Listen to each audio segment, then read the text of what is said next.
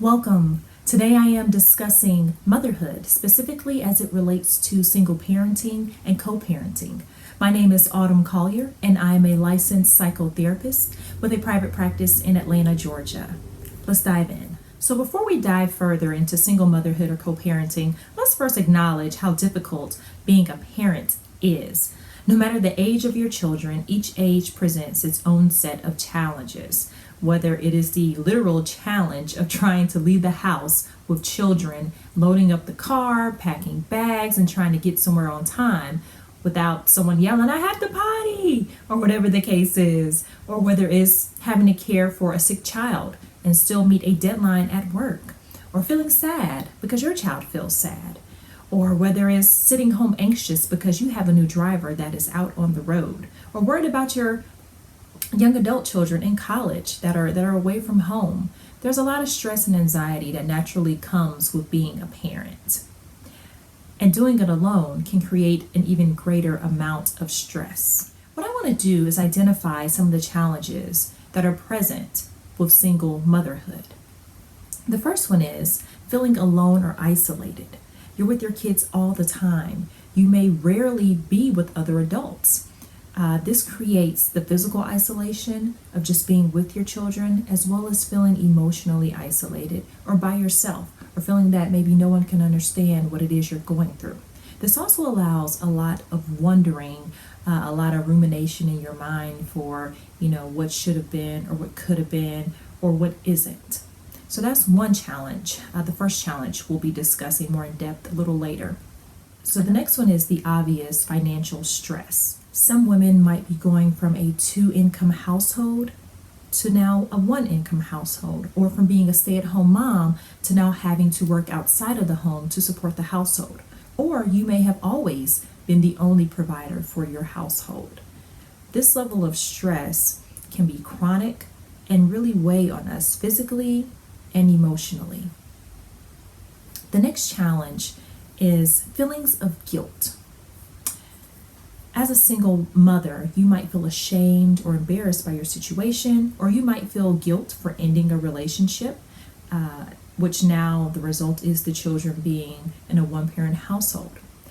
There might be feelings of shame related to feeling inadequate because you cannot do everything you desire for your children. Meeting a work deadline, especially now during the COVID pandemic, might mean your children have more screen time or tablet time than desired, and you might feel guilty about this. We're going to talk more about ways to ease some of the guilt and even some of the negative self-talk that may enter as a result of the guilt.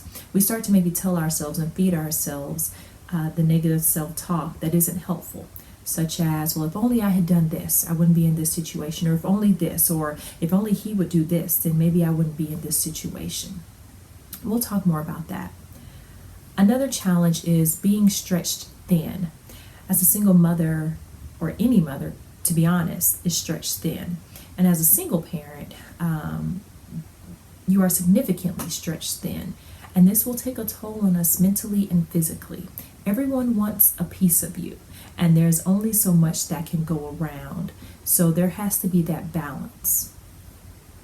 And then the last challenge that we will discuss today is parenting during the pandemic and that extra added isolation that the pandemic has caused. If single parenting wasn't hard enough, try throwing a pandemic on top of it. We all love our children dearly. However, many of us are feeling right now there is no escaping them. They're always here. So we'll talk more about that as well. Now that we've identified some of the challenges single motherhood may bring about, let's now talk about some of the ways to buffer and decrease the effect of these challenges. So the first challenge we identified was feeling alone or isolated. So with this, something that we definitely want to do is seek support.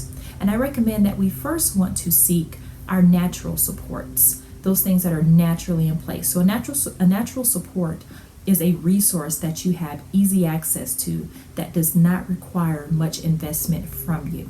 So an example might be having a grandparent keep the children for a day, or chatting with one of your best girlfriends so that you can vent and it makes you feel better. Or it might be attending a support group at your church, which also has childcare for the kids while you're in the group. So these are things in your environment that you have easy access to already, kind of the low-hanging fruit that you can use as supports. Something else you can do is to join a local or virtual single moms group for support.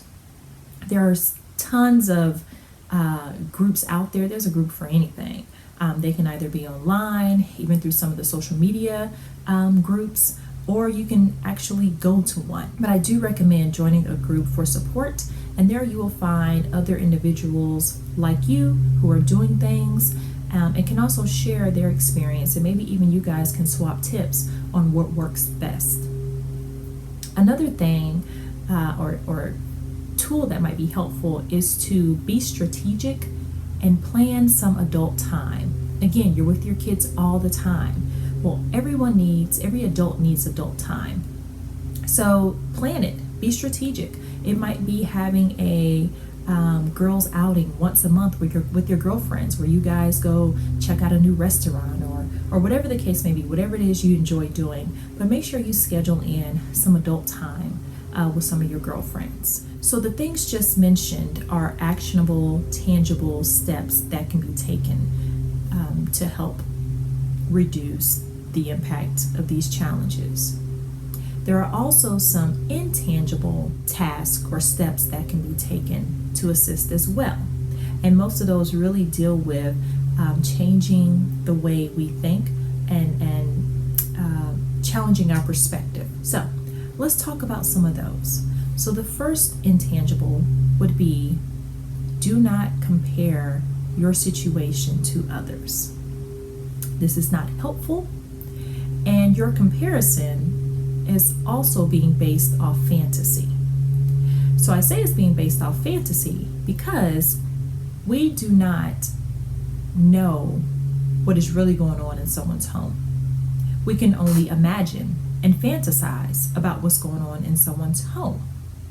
So, if you're sitting there wishing you had it easy, like the two-parent household neighbors with perfectly behaved children, that is your fantasy of them. We don't know the true story behind what is going on. They too have struggles.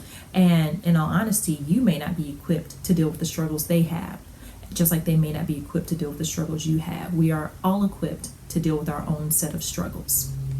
So be mindful of that. Do not compare yourself, because you are ultimately comparing yourself to a fantasy. And as most things, the fantasy is better than the reality. Another part of this is being mindful of the dialogue that we're creating for ourselves or telling ourselves. So being a single parent, you might be telling yourself, oh, I bet my single friends are doing XYZ, or I bet my friends who are married or have husbands in the home can do whatever they please because the husband can take care of the kids, whatever the case may be. This is creating a dialogue for yourself that can further isolate you emotionally, because you are creating what you believe is a distinction between you and others. And the tone of the dialogue you're saying to yourself reflects you seeing the others as being in a better position than yourself. So that therefore can make you feel as if they're doing life right and you are not because of your situation. And this will obviously weigh on your mood and even possibly make you feel inferior to others, or just create a dysphoric state for you. So in my practice, one of the main treatment modalities I use is cognitive behavioral therapy. So CBT for short. And the premise behind CBT is, think of a triangle. So one end of the triangle, you have your cognitions or your thoughts. On another side of the triangle, you have emotions or feelings. And then on the other side, you have behavior or how you respond. So the idea is that our thoughts, or what we tell ourselves, dictates how we feel, which then determines how we behave. So we really want to be mindful of our thoughts. So a real life situation using this triangle could be if you're thinking and telling yourself, you know what, this sucks, single parenthood sucks, everyone else is able to do, hang out and have fun, or no one's struggling like I am. This is really difficult for me. If that is what you're telling yourself, that will then make you feel possibly inferior, create some low mood, a little dysphoria, which then, in terms of your reaction or behavior, could possibly make you want to isolate more. So when people say, hey, you want to go hang out? Not really, or hey, just reaching out, hey, let's do this or that. Nah, what's the point? It can then determine how you feel. So what we really try to do is change the thought, which then has the trickle effect. So to sum it up, as it relates to cognitive behavioral therapy, the belief is it's not necessarily the event or the life event that makes us feel some kind of way. It's what we tell ourselves about that event that makes us feel some kind of way. So be careful what it is you tell yourself. Begin to change that dialogue that you're having with yourself. The next challenge we'll talk about is the financial stress. So raising kids is expensive. It's expensive all the way around, and there's no shortcut resolution to relieving the financial strain of raising children. So I'll be brief on this point because I do believe that there are financial professionals who would best serve this point. I will say I do recommend you seek professional guidance with finances from a financial pro that can help you with this. Long gone are the days where you needed to be wealthy to have a financial advisor or a planner or whatever the case is. They are very accessible now. So really seek professional guidance. There are books, there are podcasts, YouTube videos, social media groups, tons of resources out there that can teach you how to successfully manage finances. So take advantage of these resources. It is definitely helpful, or would definitely be helpful if finances could be a stressor that's removed from single parenting. It won't be the cure, end all, be all. However, if you can decrease stress in one area, then that will be really nice. The next challenge we discussed was feelings of guilt. So let's dive a little bit more into this. So there's that mommy guilt that most mothers have at some point, whether it's, I have mommy guilt because I wasn't able to attend this, or, my kids were talking and I just zoned out, or, my kids have had fast food 2 days this week and I haven't cooked the way I want to cook. Mothers, we can find just about anything to hold guilt about. So one thing I will say is that in order to manage our guilt, we definitely want to manage our expectations about ourselves as mothers. We also want to make sure that we show ourselves grace always. We're not going to be perfect, and we have to remind ourselves of that. Show ourselves some grace. If we have that big deadline at work coming up, and we may have to work over the weekend, then you may just need to be prepared to tell the kids, you know what, buddy? Go ahead and get your tablet. You're in luck. I'm sure the kids will really enjoy that. And yes, I'm aware that kids should have a limit on screen time, and I'm also aware that every now and then a little extra screen time won't hurt. Would you rather have your child with a bit too much screen time exposure for one day, or would you rather, as a mom, walk around moody and irritated and resentful that you weren't able to complete an assignment or a task that was really important for your livelihood? So I think sometimes we just have to weigh and make a decision off of that and show ourselves some grace. Another idea around creating a buffer or decreasing some of that guilt is setting boundaries. So while there are not enough hours in the day, there aren't, we can make the most of each moment. And we can try to do that by being present with our children when we are in the presence of our children. This will allow us to fully engage with them during our interactions. And then when we need our time or time to ourselves, we won't feel as guilty about taking it. Now, the whole idea of becoming present and being mindful is very difficult, especially when we have so much going on in our head. I'm trying to keep up with everything. I have this to do next, or this and that, did I do this, checklist. We have all those things going on. So it is difficult to be present in the here and now. Part of that, I want to talk a little bit about becoming present and what that could look like. Because to be present is to be here and now. And one way to look at it is our minds time travel, but our bodies are always present. Our bodies are always in the here and now. As your heart beats, it is only beating for this second, which has now passed, and it is on to the current second. So our bodies are always present. Our mind time travels, and it time travels back to the past or forward to the future. There's a quote I like that sums up the idea of being present, and it is by Lao Tzu.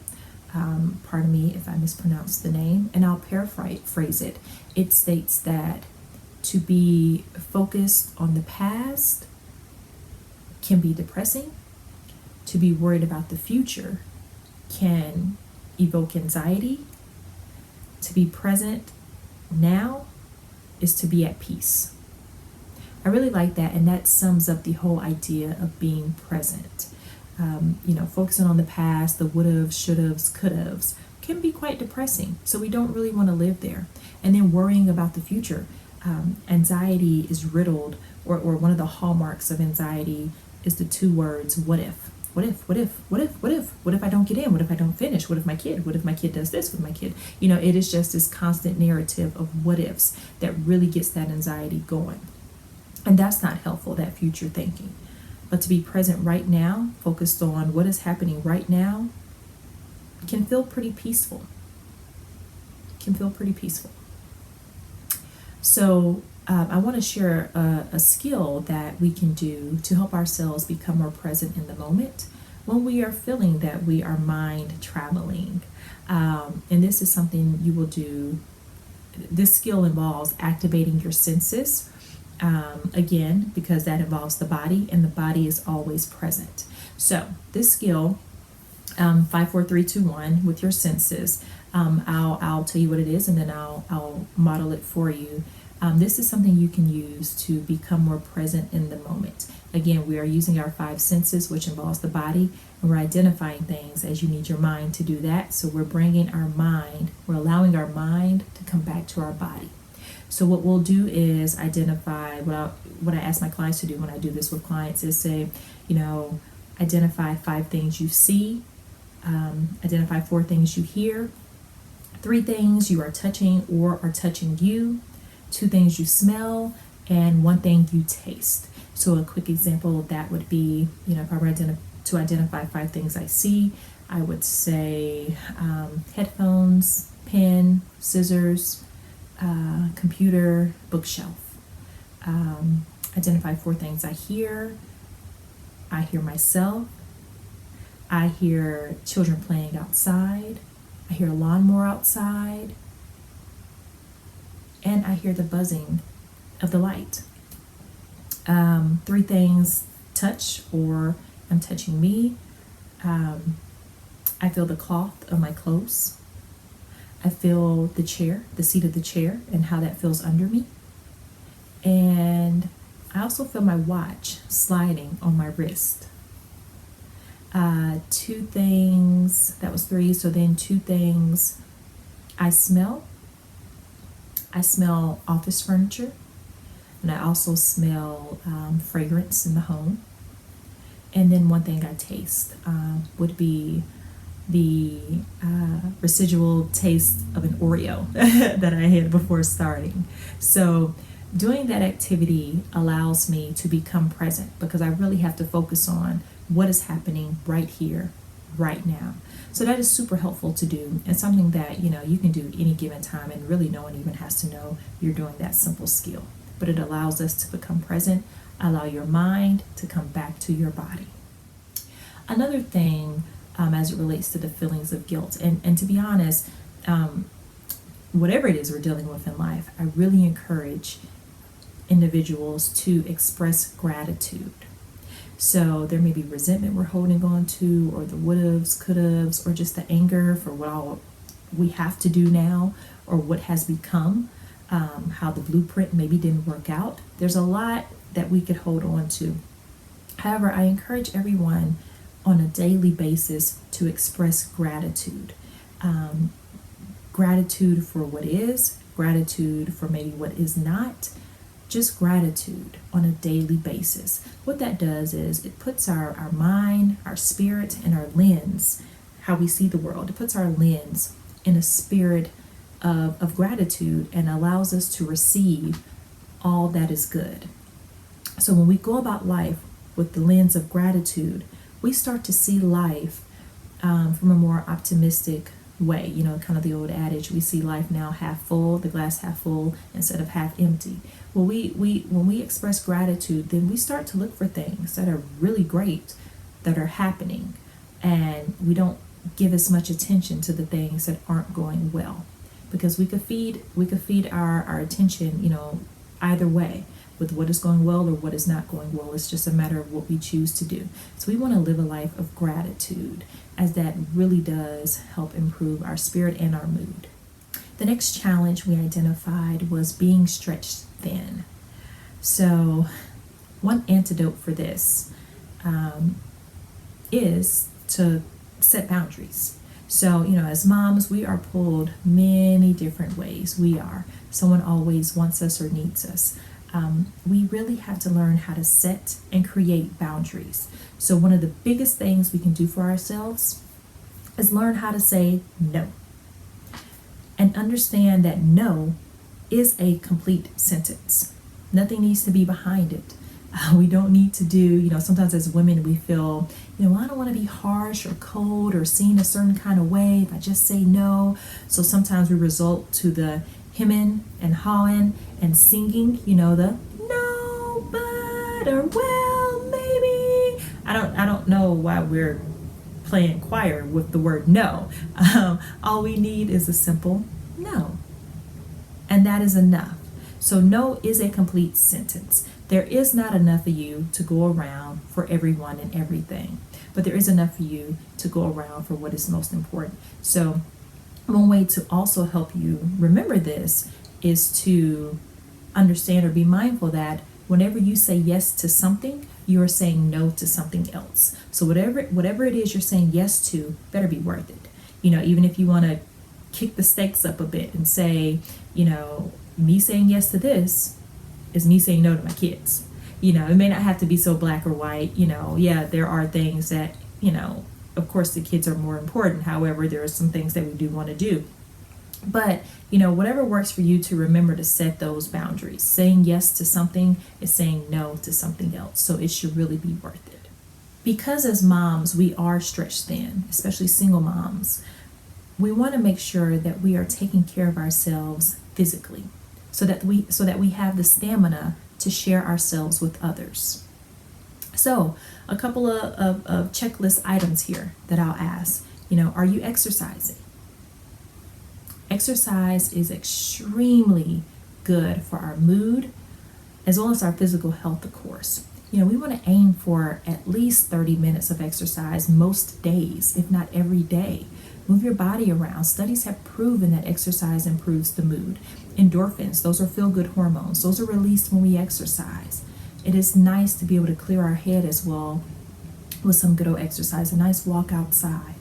Are you eating balanced meals? And are you eating 3 meals a day? Breakfast, lunch, dinner, a couple of snacks. Are you keeping your energy levels up and fueling yourself so that you do have the sustenance to keep moving throughout the day? And you're not getting hangry or fatigued due to poor diet. You know, during this time, I know we've all been quarantined and, you know, advised to stay in or, you know, really just do social distancing. But with that, you know, are you still going outside and getting some sun every day? If not, I highly encourage you do. Get outside in the natural environment daily. It is wonderful for our mood. We need to see sunlight. Get outside and see the skyline every day. Nature has also been proven to improve. Being in nature, a study was done, has also shown to increase or improve our mood. So try doing that. Get outside and get some sun every day, not to mention that getting that vitamin D is extremely important as well. Are you going to the doctor and getting your checkups regularly as recommended? Those are things we should be doing, getting our annual checkups to make sure we are healthy and in tip-top shape to be able to care for these children. Are you practicing some form of daily mindfulness or meditation or prayer? This is something we also want to do every day, and this could also go along with expressing gratitude daily. You want to find a quiet space in your home and do this daily. Your space might be inside your closet. Cut the lights off, close the door, sit on the floor, and have your quiet time. Or it might be just in your bathroom. Wherever it is, have some quiet time daily to practice meditation or prayer or mindfulness. And of course, express gratitude daily. So the last challenge we identified was parenting during this pandemic, the COVID-19 pandemic. We are all facing a new time with this pandemic and don't necessarily know what to expect. And I want to normalize that whatever it is that we were already experiencing or dealing with in our lives prior to the pandemic, it has been magnified now that the pandemic has hit. And that is okay, and that is totally normal. So please know that. Show yourself some grace. What we've discussed related to single parenting and creating buffers for the challenges, those things still hold true during this time, during this pandemic. And are probably needed more now than ever. In addition to those things, I also encourage you to use this time to recalibrate yourself and your family. Spend that quality time together. Acknowledge that we really don't need a lot or have to do something outside the home all the time to feel fulfilled or to have fun. Being around each other can be enough. This is a time to also create meaning or new meaning and create rituals for yourselves and your families and your children. This would be a nice time to do that. So just to get recalibrated, prior to the pandemic, we were all moving in a very fast pace, just going. And now we've been given the opportunity to slow down some and to also hone in on the necessities of life. So really use this time to recalibrate yourselves. So as we come to an end here, I'll reiterate that motherhood is a tough job and one of the most challenging roles there is. Our kids are either pulling on our apron strings or our heartstrings. And I will also add that it is one of the most rewarding jobs, in my opinion. So while many of us have risen to the challenge of single parenting, we also need support and cannot do it alone. Unfortunately, you don't have to, because there are supports out there. So if you or anyone you know is in need of professional support, such as counseling, there are resources available all over Atlanta, Metro, and the state of Georgia in general. If you are interested in counseling or would like to learn more, you can go to our practice website. Our practice is Collier Counseling, LLC. Our website is www.colliercounselingllc.com, and more information should be listed on the screen for you guys to take note of.